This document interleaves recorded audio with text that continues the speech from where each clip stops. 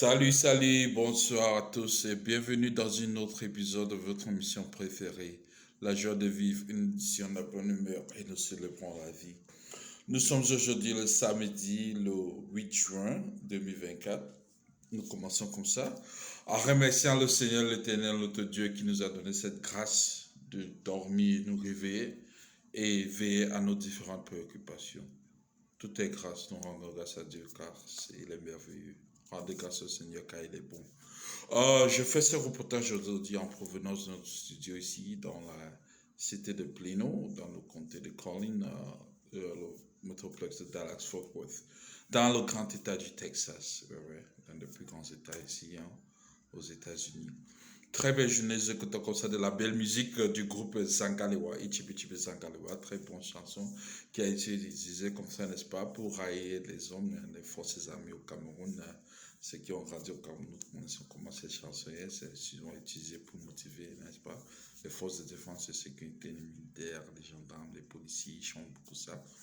Et ça a été inventé par un groupe de militaires du Cameroun à l'époque, au début des années 90, si je ne me trompe pas.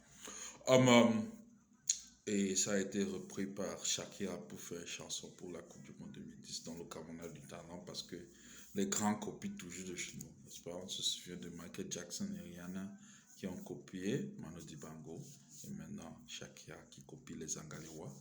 Très belle journée aujourd'hui, nous avons vu la victoire des Lions indomptables malgré l'embrouille et tout ça, le staff de l'Africa Foot. C'est belle.